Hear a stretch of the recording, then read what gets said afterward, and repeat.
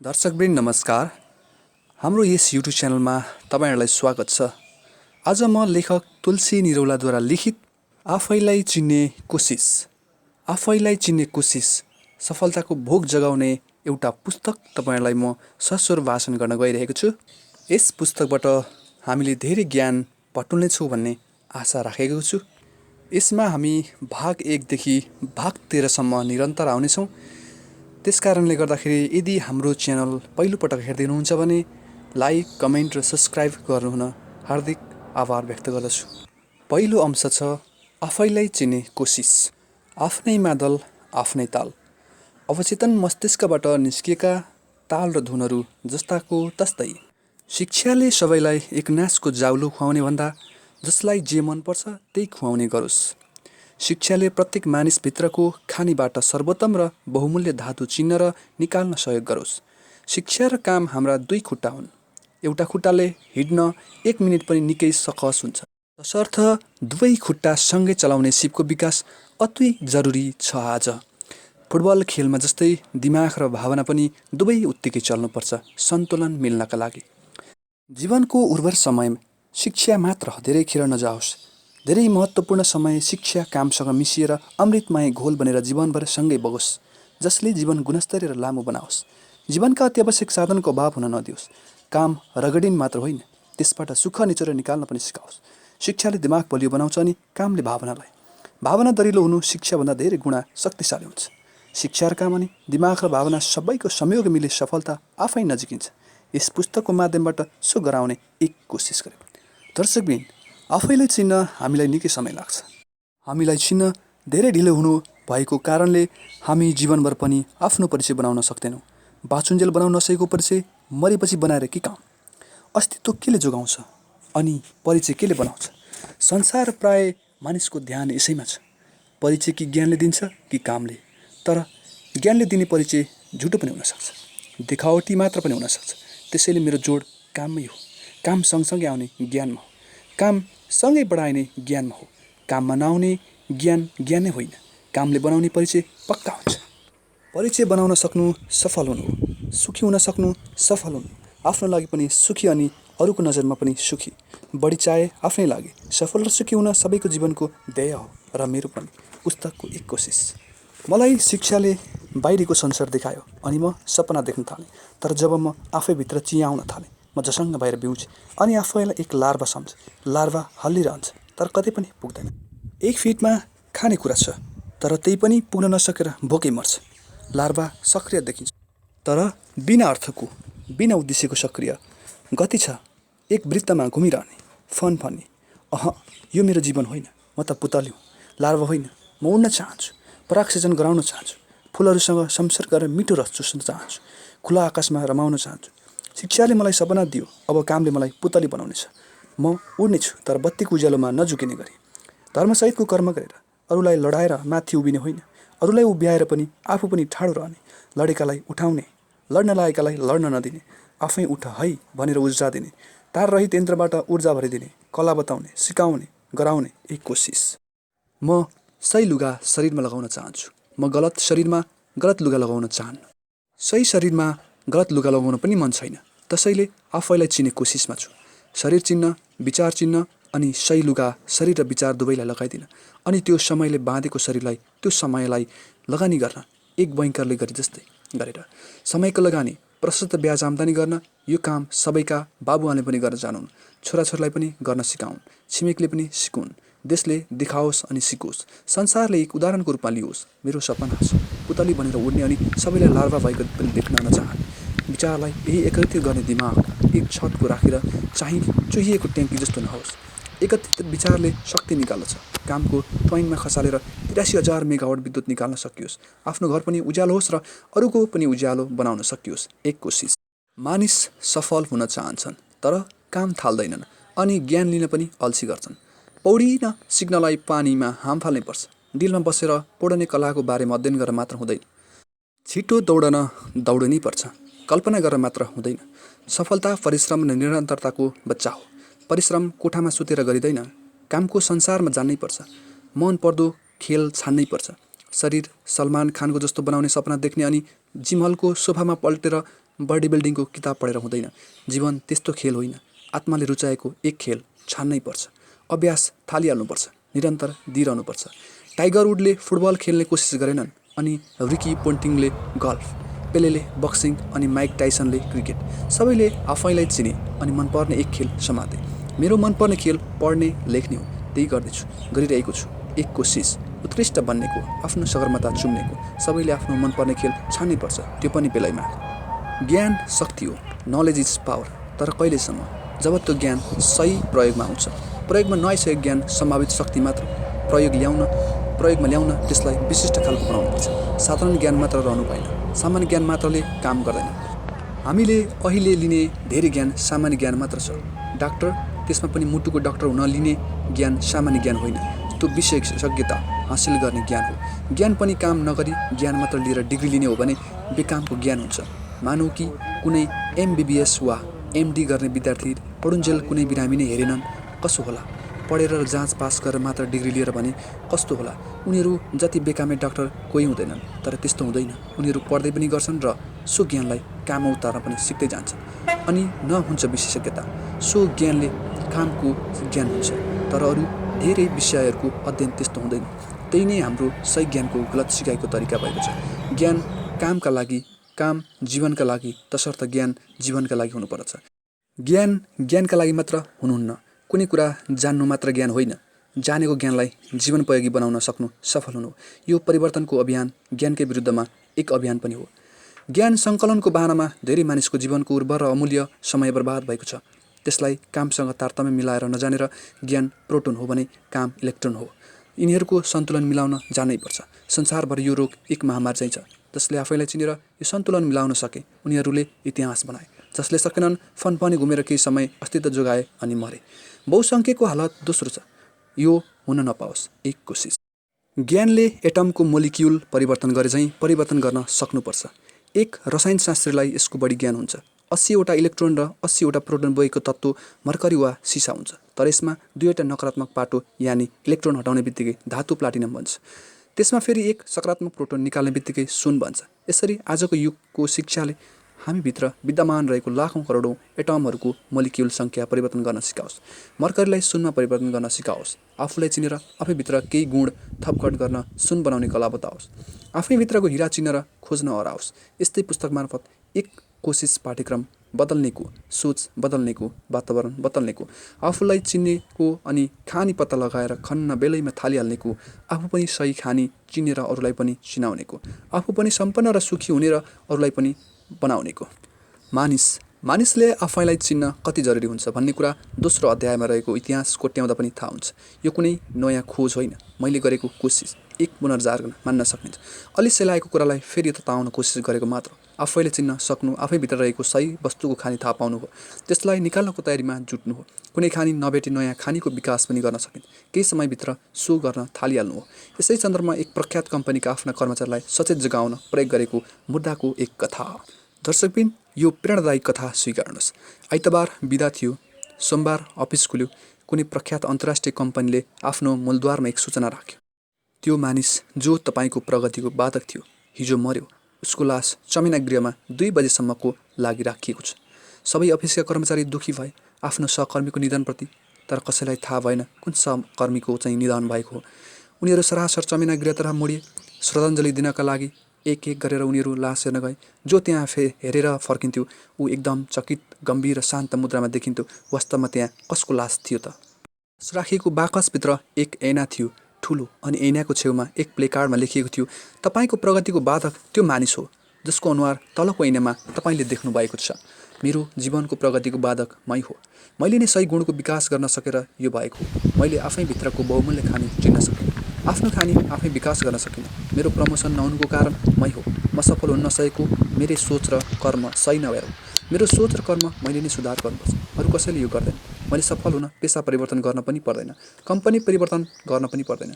मैले मेरै परिवर्तन गरे पुग्छ। आफैलाई चिन्ने पुग्छ। गलतलाई चिनेर सच्याउँदै गए पुग्छ। गलत गुणहरू हटाएर सहीको विकास अनि गोडमेल गरे पुग्छ। सोच सफा राखे पुग्छ। कर्म सही छानेर अनि मन लगाएर गरे पुग्छ। कथाहरू केही नभएर आफैलाई चिनाउने कोसिस त रहेछ। सबैलाई थाहा भयो।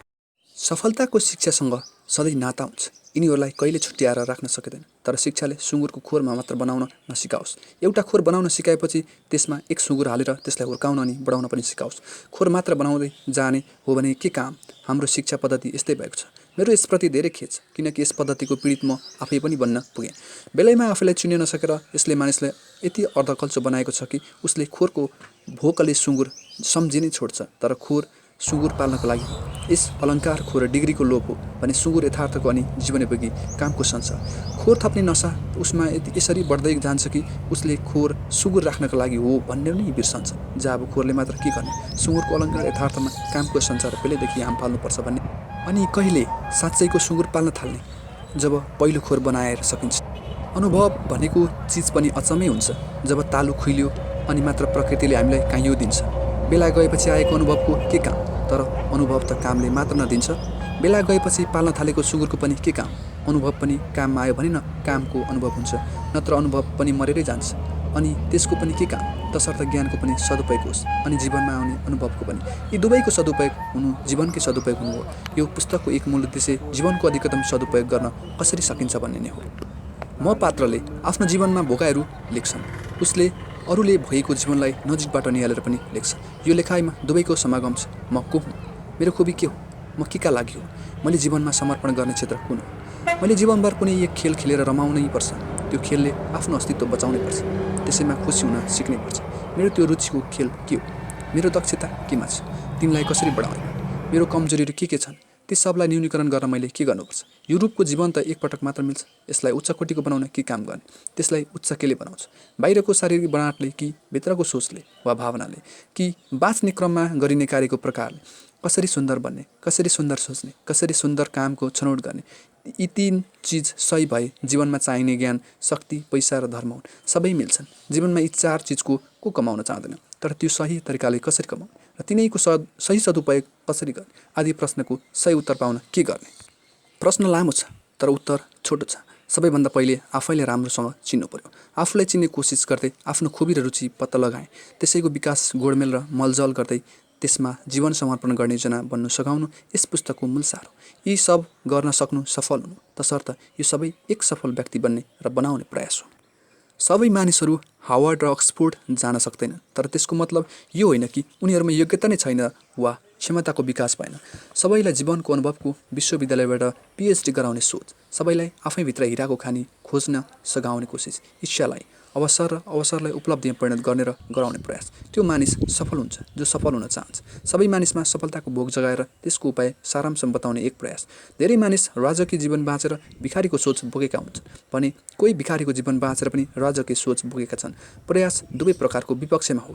सपना यो हो कि राजर्षि सोच होस् अनि राजर्षि जीवन होस्। सोच र जीवन दुवै राजर्षि हुन्, सपना पनि राजर्षि हुनैपर्छ। झिना मसिना सपनाले त्यो सबै सम्भव नहुन सक्छ। संसारमा सबै महान कार्य गर्ने मानिसहरूले पहिलो सुरुवात ठुलो सपनाबाट नै सुरुवात भएको थियो। ठुलो सपना साकार हुन समय लाग्छ। इतिहास कोर्ने सफल मानिसहरूको ठुलो सपना ठोस रूपमा एकैचोटि परिणत भएको थिएन, तर सुरुमा नै उनीहरूको सपना एक प्रकारले पूर्ण रूपमा हुन्छ। उनीहरूको पनि सपना सुरुमा सपना मात्र नै हुन्छ। त्यस्तै मेरो पनि ठुलो सपना सफल बनाउने कुरो बन्नेको। मिठो फल फल्ने रुख पनि पहिले एउटा बिउ नै हुन्छ। बिउलाई मैलो ठाउँ खोजेर पर्याप्त मल जल गर्ने हो भने सानो बिरुवा बन्छ। त्यो बिरुवालाई राम्ररी हेरचाह गरेर हुर्काए बिस्तारै त्यो रुख बन्छ र एक दिन मिठो फल दिन्छ।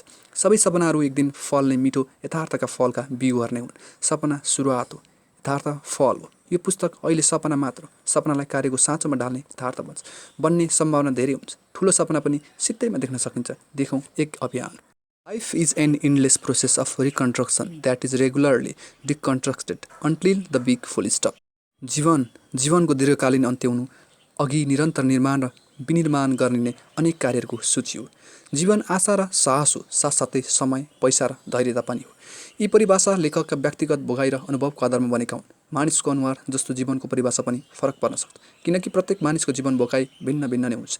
तैपनि परिभाषाकै 5वटा शब्दहरूसँग धेरैको तारतम्यता रहेको हुन्छ। जीवन यी शब्दहरूसँग कुरिएको युद्ध निर्दय हुन्छ। युद्धमा जितेको सबैलाई आशा हुन्छ, हार्न कोही पनि चाहँदैन, तर जित सजिलो पनि छैन। युद्ध जित्न कुशल हुनु पर्यो, कुशल हुन अभ्यास चाहियो। एकछिनको अभ्यासले युद्ध जितिँदैन। सबै सिप अभ्यास गर्न सकिँदैन। युद्ध धेरै सिपहरूमध्ये आफूलाई मनपर्ने र आफूले छिटो सिक्न सक्ने सिप छान्नु पर्यो। र जो आफ्नो सिपमा पोख्त छ उसले युद्ध जित्ने सम्भावना धेरै नै रहन्छ। निश्चितता भने हुन्न। यो पुस्तक यो जीवन युद्ध जित्न चाहने सिपको आफैभित्रको खोजी, धेरै सिपहरूमध्ये कुनै सर्वोत्तमको छनौट र सो सिप निखार्ने कलाको, सिपको निरन्तर अभ्यास र अन्ततः युद्ध जित्न चाहने ठुलो हतियार आशा र साहसको पुनर्निर्माणको तयारी हो। सफलता भित्रबाट बाहिर आउँछ। आफैलाई पहिला आफैले राम्ररी चिनेपछि मात्र आफूलाई दुनियाँले पनि चिन्छ। संसार बदल्नु छ, सुरुवात आफैबाट गर्नै पर्छ। अरूलाई सही सिकाउन आफू सही बन्नै पर्छ। अरूलाई सफल बनाउन आफू सफल बन्नै पर्छ। म सफल व्यक्ति हो, म आफूलाई यही ठान्छु। सफलताको परिभाषा मानिस पछि अलग पनि हुन सक्छ, तर सही काम निरन्तर गरिरहनुपर्छ। धर्मको भावना मूल मन्त्र नै हो। अरूको सेवा अनि आफ्नो सेवा। आत्मज्ञान आफैभित्रको डिएनए हो। डिएनएमा समस्या भयो भने शारीरिक बनावटदेखि सबै चिजमा समस्या आउन सक्छ। गाडी जब धेरै तात्छ त्यसले काम राम्ररी गर्न छोड्छ। चिस्याउने पदार्थ भित्र राख्नुपर्छ वा राखेको हुन्छ। पुराना गाडीमा पनि थोरै पानी रेडिएटरमा राख्नु पर्थ्यो चिस्याउनको लागि। त्यस्तै शान्त र शुद्ध विचार सबै चिजको अचूक उपचार हो। गाडी जस्तै मानिस पनि भित्रैबाट शान्त, शुद्ध र सुन्दर हुनुपर्छ। बाहिरी भित्री सुन्दरताको सन्तुलनको सफलताले साधन रहस्य हो। बाहिरी सुन्दरता भित्रीको तुलनामा निकै सजिलो चिज हो, तसर्थ भित्री शुद्धिकरणको प्रयास पुस्तकको मूल नारा। यो एक कोसिस। प्रकृतिले भनौँ या भगवानले मानिसलाई बलवान बनाए, यस पृथ्वीमा पठाए। भगवान धेरै बाठा रहेछन्। उनले स्वर्ग पनि यही मिसाएर अनि नर्क पनि, दिन पनि दिए अनि रात पनि, मानिस भित्रै दानव पनि हालिदिए अनि देवत्व पनि, माया प्रेम पनि सिकाए अनि घृणा र रिस राग पनि, मानिसलाई जीवन दिए अनि परीक्षा पनि सँगै लिए। जसले यी चिजको सही सन्तुलन र सदुपयोग गर्न जान्यो ऊ सुखी र सफल बन्यो, र जसले आफूभित्रको देवत्वलाई चिन्न सकेन ऊ सधैँ दुखी नै रह्यो। आफूभित्रको देवत्व चिन्न नसक्नु दानवतामै रमाउनु, भ्रमको जीवन बाँच्नु हो। वास्तवमै प्रकृतिले हरेक जनावरदेखि प्राणीसम्मलाई केही विशेष खुबी दिएर पठाएका छन्। पूर्वीय दर्शनमा धेरै जनावरसँग सम्बन्धित कथाहरू छन्, जसबाट मानिसले धेरै पाठहरू सिकेका सन्दर्भहरू छन्। जनावरहरूमा प्राकृतिक रूपमा जे गुण आयो त्यो गुणले नै उनीहरूमा सङ्घर्ष गर्छन्, तर मानिसहरूमा आफ्नो गुणको विकास आफै गर्नको लागि छुटो अधिकार दिएको छ। मानिसहरू आफूले चाहेको गुण आफैमा मर्न सक्छ। उसको यो विशेष खुबी हो। यो प्रकृतिमै भएको एक गुण हो। सुन्तलाको बोटमा स्याउ फल्दैन र सुन्तलाले त्यो गुणको विकास गरेर फलाउन पनि सक्दैन, तर मानिसले चाह्यो भने त्यो पनि गर्न सक्छ। उसले जुन गुणको पनि आफैमा विकास गर्न सक्छ, निरन्तर अभ्यासले, साधनाले। आजसम्म केही प्रगतिमा के गरेको छैन मानिसले। मानव निर्मित चिजबिजहरू हेरौँ छक्क लाग्छ। मानिसहरू आफैमा मानिस होइन, नयाँ सृजना गर्न सक्ने त भगवान नै हो, तर थोरैले मात्र सो गर्न सकेका छन्। किन? आफूभित्रको गुण चिन्न नसकेर, राम्रो गुणको विकास गर्न नसकेर, भित्रको अपार ऊर्जा दिविदामा त्यसै छरिन दिएर अनि छरिएर गएर। आफै गुणको विकास गर, आफै बोट रोप अनि सक्दो फल फलाएर आफै खाऊ भनेर मानिसलाई भगवानले दिएको स्वतन्त्रताको महत्त्व नबुझेर, अनारको बोटमा कागती फलाउन खोजेर जनावर र बोट बिरुवालाई जस्तै मानिसलाई सीमा तोकेको केही छैन। उसलाई मृगलाई जस्तै छिटो दौडने खुट्टा मात्र दिएको छैन। उसले आफ्नो सुरक्षाका लागि जे पनि बनाउन सक्छ, बन्दुकदेखि बमसम्म। यसको मतलब मानिससँग अनगन्य प्रकारका गुणहरूको विकास गर्ने खुबी हुन्छ। अरू जनावर र बोट बिरुवामा जस्तो सीमित गुण मात्र होइन, तर हामी ती सबै गुणहरूमध्ये कुनै एक मात्रको छनौट गर्न नसकेर अन्यलमा जीवन बिताउँछौँ। कुनै एक गुणको विकास अनि गुणमेल इतिहास कोर्ने कलम हुन्छ, तर सोही गर्न ढङ्ग नपुगेर वा नजानेर हामी पछि परेका छौँ। हामी मानिस भएर पनि आफैभित्र रहेको बोट बिरुवामा भएको जस्तो कुनै एक प्राकृतिक गुण पनि चिन्न नसकेर मर्छौँ। सो चिन्न कोसिस गर। जीवन युद्ध जित्नलाई माथिको जीवनको परिभाषाका 5वटै चिज चाहिन्छ, साथै ज्ञान पनि। ज्ञान वा सिप सबैको चिजको सार हो, मूल बिउ हो। सही ज्ञान वा सिपको विकास गर्नका लागि केटाकेटीदेखि बुढाबुढीसम्म भिडिरहेका हुन्छन्, किनकि सबैले यो जीवन युद्धमा जित्न चाहन्छन्। बिना ज्ञान मानिस अन्धा नै हुन्छन्। बाहिरी ज्ञान नभएर मात्र अन्धा भइँदैन, भित्री ज्ञान भए पनि चाहिँ पक्कै अन्धो नै भइन्छ। भनिन्छ ज्ञानचु ज्ञानका आँखा। यी दुई आँखा बाहिरी संसार हेर्ने बुझ्नका लागि हुन्। ज्ञानका आँखा चाहिँ नि भित्री संसार बुझ्नलाई, तर यो भित्री ज्ञानको आँखा खोल्न निकै कठिन छ। भित्री संसार भन्नाले आफूभित्रको संसार। हामीभित्र पनि एक संसार हुन्छ, एक सानो ब्रह्माण्ड हुन्छ। बाहिरको ब्रह्माण्डमा हुने सबै शक्ति हामीसँगै र भित्रै हुन्छ। हाम्रो शरीरको बाहिरको ब्रह्माण्डमा एक सानो स्वरूप हो। त्यसैले ज्ञानको आँखा खोलेर भित्री संसार बुझ्नु, ब्रह्माण्ड बुझ्नु हो। त्यसैले वेदमा लेखिएको सत्य हो, तत्त्व त्वम असि, अर्थात् तिमी नै भगवान हो। जसरी आत्मज्ञानी सुकरातले भने, आफैलाई चिन। वेद लेखिएको समयमा पनि आत्मज्ञानी रहेछन्। उनीहरूले जीवन बुझेका रहेछन् र सार लेखेछन्। तत्त्वम असि, आफै भगवान भएपछि आफैलाई बुझे भयो, आफैलाई पूजा गरे भयो। यही शरीररूपी मन्दिरलाई सफा राखे भयो, किनकि भगवान मन्दिरमा बस्छन् भनिन्छ। महाकवि लक्ष्मीप्रसाद पनि आत्मज्ञानी रहेछन्। कुन मन्दिरमा जान्छौ यात्री, यो जीवन सेवा गर्नका लागि हो। पहिले आफ्नै सेवा अनि अरूको सेवा। सेवा धर्म हो। धर्म सबैको चिजको सार भएका हुनाले मैले यसलाई बारम्बार दोहोऱ्याएको छु। माथि भनियो कि आफै भगवान हो अनि आफ्नो सेवा राम्रो नगरे भगवान रिसाउँछन्। तसर्थ आफ्नै सेवा पनि धर्म हो।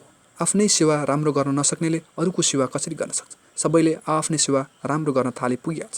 कसैले कसैलाई के गर्नुपर्छ र? सबै सक्षम, सबै भगवान, सबै सुखी, आफूलाई मात्र सेवा गर्नेलाई स्वार्थी भनिन्छ। यो कुन बेलामा हुन्छ भने जब 10जनालाई खान पुग्ने एकैजनाले खान्छ अनि खाइरहन्छ। तर जीवनमा दुई धर्म मिलाएर सन्तुलित रूपमा गर्न सक्नुपर्छ। आफ्नो सेवा पनि धर्म हो अनि अरू सेवा पनि पाउँदा पनि आनन्द आउँछ र दिँदा पनि। तर पाउँदा भन्दा दिनमा झन् बढी आनन्द आउँछ। त्यसैले दिनुलाई धर्म भनेको। त्यो ठुलो धर्म वा बढी धर्म हो जसमा बढी आनन्द आउँछ। तर आनन्द त आफैलाई नै आउँछ। मतलब आनन्द आफैलाई दिलाएर त्यस बेला पनि आफ्नै सेवा नै भइरहेको हुन्छ। घुमिफिरी रुमझटार। आफ्नै सेवा, आफ्नो सेवा कसरी हुन्छ त? पहिलो यो शरीरलाई स्वस्थ राख्नु पर्यो। सही कुराको भोजन यसलाई गराउनु पर्यो। शरीर मन्दिर नपर्यो, जे पायो त्यही यसभित्र घुसाउन मिलेन। राम्रा कुरालाई यसलाई चढाउन उत्पादन गर्नु पर्यो। तर सबै राम्रा कुराहरू एक्लै उत्पादन गर्न सकिँदैन। अरू कसैको मिहिनेतमा गरेर उत्पादन गरेको कुरा पाउनु उसलाई पनि केही दिनु पर्यो। आफूसँग दिने चिज छ भने नदिने हो अनि लिने, नत्र कसरी त्यो मिल्छ? अनि यो पैसाको जन्म गरायो। आवश्यकताले सृजनशीलता ल्यायो। तसर्थ पैसा हाम्रै सेवाको लागि जन्मिएको। यसलाई गलत तरिकाले बुझ्न भएन। पैसाले आफ्नो पनि सेवा गर्छ र अरूको पनि सेवा गर्छ र दुवै सेवा धर्म हो। पैसाले त धर्म पो गर्दो रहेछ। त्यसैले पैसा जति सक्दो धेरै कमाउनु पर्दछ। सही तरिकाबाट दुवै सेवा गर्न र धर्म गर्न। धर्म गर्न पनि पहिले आफूले राम्रै चिन्नुपर्छ। आफैलाई चिन्नु भनेको भित्रदेखि मन लाग्ने कामको पहिचान बेलैमा गर्नु र काम गर्न सुरु गरिहाल्नु। कामको साथमा सोसँग सम्बन्धित ज्ञानको पनि सङ्कलनमा जुट्नु। आफ्नो रुचिको काम गरिरहे सोही काममा आफू दक्ष भइन्छ र कुनै पनि कामको दक्षताले पैसा कमाउन सहयोग गर्छ। तसर्थ बेलैमा प्रशस्त पैसा कमाउन बेलैमा सिप वा दक्षताको विकास गर्नुपर्छ। तर कुनै सिप र दक्षता बिना नै पैसा कमाउन सकिँदैन। जब बिना सिप र कुनै दक्षता मानिसमा हुर्किँदै जान्छ, उसले पछि गएर गलत तरिकाले पैसा कमाउने बारे सोच्न थाल्दछ। आफूलाई साथै अरूलाई सेवा गर्नका लागि कमाइने पैसा गलत तरिकाबाट कमाउने सोच बनाउन थाले के होला? अरूलाई लडाएर, पछारेर, दुखाएर कमाएको पैसाले न आफूलाई आनन्द दिन्छ न अरूलाई चाहिँ। आफ्नै भोगाइले यहाँसम्म आउँदा जीवनबाट के सिकायो? माथिको परिभाषाले केही हदसम्म प्रस्ट्याइसकेको छ। तर जीवनले मलाई ढिलै भए पनि सफलताको भोग जगायो। नसा झुन्ड्यायो, त्यो पनि किताबको र सिनेमाको। यो कसरी आयो त? यसको पछाडि पनि कारण छ। संसारका सबै सफलताको सपना देख्ने मानिसले समातेको विषय पछाडि उनीहरूको बाल्यकालको गहिरो छाप भएको पाइएको छ। उनीहरूले 10 वर्षको उमेरसम्म जस्तो वातावरणमा सबैभन्दा बढी समय बिताए, त्यही चिज नै उनीहरूको जीवनको रुचिको विषय भएको पाइएको छ र उनीहरूले जीवन त्यही वा त्यहीसँग सम्बन्धित विषय पेसा समातेको पाइएको छ। सबै बाबुआमाले आफ्ना छोराछोरीलाई दिन सक्दो वातावरण 10 वर्ष अगावै दिने कोसिस गर्ने र जसले उनीहरूमा गहिरो रुचि वा सिपको विकास गराओस् र सोही सिप उनीहरूको जीवनको धर्म, अर्थ, काम, मोक्षको औजार बनोस्। सबै बाबुआमा काम छोराछोरीलाई उत्तम वातावरण दिने र सो अनुसारको रुचि र सिपको विकास जोड लगाउने हो। बाँकी उनीहरूले आफै गरिहाल्छन्। प्रयोग वा कोसिस गरेर हेरौँ त। यसै सन्दर्भमा एक बाबुआमाले आफ्नै छोरीको रुचि र खुबी थाहा नपाउँदा देखिएको समस्याको सम्बन्धी एक प्रेरणादायी कथा।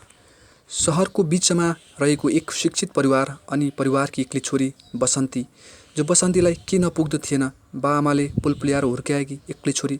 जस्तो खान मन लाग्यो त्यस्तै मिल्थ्यो, जस्तो लाउन मन पर्यो त्यस्तै पाइन्थ्यो, सबै चिज पुगेको थियो। तर उसको मन स्कुलमा र पढाइमा गएन। एक दिन स्कुलबाट एक चिठी आयो। सो चिठी बसन्तीको पढाइ साथै स्कुलमा देखिएको अनौठो व्यवहारको बारेमा थियो। आमालाई अति चिन्ता लाग्यो। उनी आफै पनि एक माध्यमिक विद्यालयकी शिक्षिका थिइन्। बुबा शहरमा एक नामुर्द हाड जोड्ने विशेषज्ञ थिए। उनीहरूलाई बसन्तीको पढाइको समस्या एकदमै अनौठो लाग्यो। शिक्षकहरूले ठम्याए कि उनलाई सिकाइमै केही समस्या छ, यो कुनै मानसिक समस्या पनि हुनसक्छ। उनीहरूले ठाने। आमाले सहरको प्रख्यात मनोचिकित्सककोमा पुर्याइन्। उनीहरूले बसन्तीसँग निकै सोधपुछ गरे, तर उनी शान्त नै देखिन्, धेरै बोलिनन्। डाक्टरले आमासँग मात्र छुट्टै कुरा गर्छु भनेर एकछिनलाई बाहिर निस्के। उनले निस्किने बेलामा आफ्नो टेबलमा रहेको रेडियो बजाए। रेडियोमा एक नाचौँ नाचौँ लाग्ने गीत घन्कन थाल्यो। डाक्टर र बसन्तीकी आमा बाहिर आएर एकछिन कुरा गरे अनि दुवैले झ्यालबाट बसन्तीको गतिविधि निहाल्न थाले। बसन्ती भने भित्र कोही नभएको मौका अनि उसको मनपर्ने गीत बजिरहेको अवसरमा मस्त दिल खोलेर नाच्न थाली। डाक्टरले उसको नृत्य देखेर निष्कर्ष निकाले, उनी बिरामी छैनन्। उनलाई डान्स स्कुलमा आजै गएर भर्ना गरिदिनुहोस्। बाँकी नतिजा 10 वर्षपछि हेर्नुहोला। बसन्ती देशकै 1 नम्बर कोरियोग्राफर भइन्। आज उनको एक ठुलो डान्स स्कुल पनि छ। डाक्टरले उनको शरीरभित्र च्यापिएर बसेको हिरा चिने अनि त्यही प्रक्रिया थाल्न सम्झाए। उनको जेलभित्र बसेको प्रतिभा मुक्त भयो अनि त्यसले आफ्नो खुबी दुनियाँलाई देखायो। आज आएर हामी सबैलाई यस्तो शिक्षक वा यस्ता बाबुआमा चाहिएको छ जसले आफ्ना बच्चाभित्र रहेको खानी चिनाउन्, खन्नलाई सहयोग गरून्, जसले हामीभित्रको प्रतिभालाई यसरी बुझेर रेडियो बजाइदिउन् कि हामी दिल खोलेर नाच्न सकौँ। यसका लागि बाबुआले अनि शिक्षकले हामीलाई राम्ररी पढ्न सकुन्, बुझ्न सकुन्, चिन्न सकुन्, हामीभित्रको खानी देखुन्, चिनेनन् भने नयाँ खानीको खोजी गर्न सिकाउन्। एक कोसिस। मेरो आफ्नै जीवनमा चाहिँ कहाँ गल्ती भयो त? बाबुआमाले मिसो मिलाउन जान्नु भएन कि समग्र वातावरणै गलत थियो कि मैले आफैलाई बेलैमा नचिनेर हो? सही समयमा सही काम भएन। डिग्रीको रूपमा लिएको ज्ञान मात्र पूर्ण भयो, कामको सन्दर्भमा भने नर्सरी कक्षामै रह्यो। काम र ज्ञानको तालमेल मिलेन, विगत केही कोट्याउनै पर्छ। प्राय धेरै जसो मेरो बुबाले मलाई खेलौना किनेर ल्याइदिनु भएन। त्यस बेलाको गाउँमा चलनै थिएन, मलाई भात खुवाउनै धौधौ थियो बालाई, खेलौनाको परको कुरा। तर जब मैले नेपाली अक्षरहरू सरसर्ती पढ्न सक्ने भएँ, बुबाले मलाई केही किताबहरू किनेर ल्याइदिनु भयो। साथै बुबाले म जन्मिसकेपछि मात्र छोडेको पढाइ सुचारू गरेर एसएलसी पास गर्नुभएको थियो। सायद बुबाले पढ्न बस्दादेखि नै मैले किताबहरू देख्न थालेँ। पछिसम्म पनि घरमा बुबाका किताबहरू यत्रतत्र हुन्थे। जब म पढ्न सक्ने भएँ, मैले प्राय नेपालीमा भएका सबै किताबहरू पढेर सकेँ। त्यसले मलाई किताबसँग प्रेम जगायो। स्कुले समयमा नै म मेरो नामको पछाडि पुस्तक प्रेमीको बिब्लोफाइल टाइटल झुन्ड्याउन थालेँ। पढाइ सङ्गीत लेख्न पनि सुरु भयो। डायरी लेख्ने बानीको पनि विकास भयो। सफलतातिर उक्लनका लागि गरिने केही कुरा त मैले थाहै नपाई गर्न थालिसकेको रहेछु। तर फेरि पनि सफलता मबाट टाढा नै बसिरहिन्।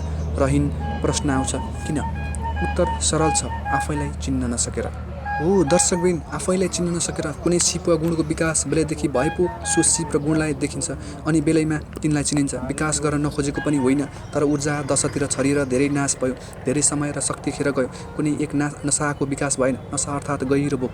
अनि त्यसैमा अलिक मूर्ख बनेर भिडिएन। मतलब सबै चिज छोडेर त्यसैमा घोत्लिने गरिएन। केन्द्रित त हुनैपर्छ, तर सन्तुलनसहितको बिनाको सन्तुलनको एकाग्रतामा मूर्खता हुन्छ अनि एक पागलपन मात्र। यस्तो मूर्खताले झन् घाटा लगाउँछ, किनकि जीवनको सुख त सन्तुलनमा रहेछ, न उत्तर ध्रुवमा न दक्षिणमा।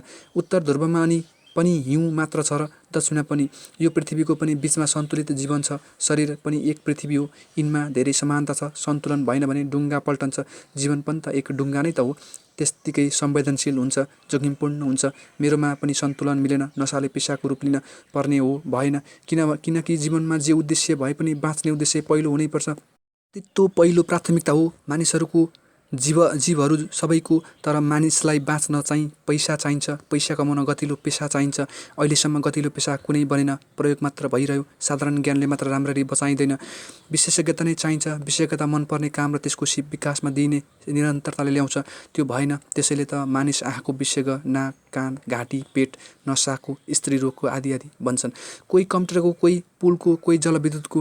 म के को विशेषज्ञ त? प्रश्न तिर्स्यो। विशेषज्ञता थोडा त्यसै आउँछ र विकास गर्नुपर्छ। मैले केमा गरेँ त? केही छैन। ढिलै भए पनि उद्यमशीलता मेरो दिमागमा आयो। जीवनको लक्ष्य बनेको छ, पुरा गर्ने अनुमानित समय तोकिएको छ र काम सुरु पनि भएको छ। तैपनि म 20 वर्ष ढिलो भइसकेँ। तर एक चाइनिज भनाइ याद गर्छु, सन्तोष लिन। एक ठुलो रुख रोप्ने सही समय 20 वर्ष पहिले हुन्थ्यो, तर दोस्रो ठिक समय भने आजको दिन हो। अनि सान्त्वना मिल्छ। दोस्रो विकल्प त मेरो हातमा छ, तैपनि हरेक काम समयमा हुनैपर्छ। यो प्रकृतिको नियम हो। तर मेरो पहिलो समय खेर गए पनि दोस्रो सही समय बितेको छैन। सन्तोष लिए पनि जीवनलाई समयले कुनै पनि बेला एक ठुलो मुक्का हानेर खेलबाट बाहिर निकालिदिन सक्छ। त्यसैले हरेक काम सही समयमा नै गरेको राम्रो हुन्छ। एक सफल मानिस स्टिभ जब्सले भनेको प्राय सबैलाई थाहा छ, भोक जगाऊ, अलिकति मूर्ख बन। मैले अलिकति थपेको छु यहाँ, किनकि धेरै मूर्खताले जीवनकै सन्तुलन बिग्रन्छ। जसले फाइदा कम र हानि बढी गर्छ, उनको जीवनमा पनि धेरै मूर्खताले केही सन्तुलन बिगार्यो। अझ कम्तीमा 20 वर्ष बाँच्नुपर्ने मानिस छिटै खेलबाट बाहिरिए। मेरो सवालमा भोक पनि जाग्यो अनि थोरै मूर्खता पनि आयो, तर सफलता आएन। कारण उत्तर सोझो छ। सफलता भोक जगाउने काम मात्र होइन, भोक मेटाउने कोसिस पनि हो दर्शकबिन, जीवनमा केही गर्नु छ भने पहिला सर्वप्रथम त भोक जाग्नुपर्छ। भोक जागेपछि मेटाउन हर सम्भव प्रयास गर्नुपर्छ। दर्शकबिन, तुलसी निरौलाद्वारा लिखित आफैलाई चिन्ने कोसिस, सफलताको भोक जगाउने एक प्रयासको पुस्तक आज हामीले ससुर वाचन गरेका छौँ। यसमा तपाईँहरूलाई मन परेमा लाइक, कमेन्ट र सेयर गरी सब्सक्राइब समेत गर्नुहोला। धन्यवाद।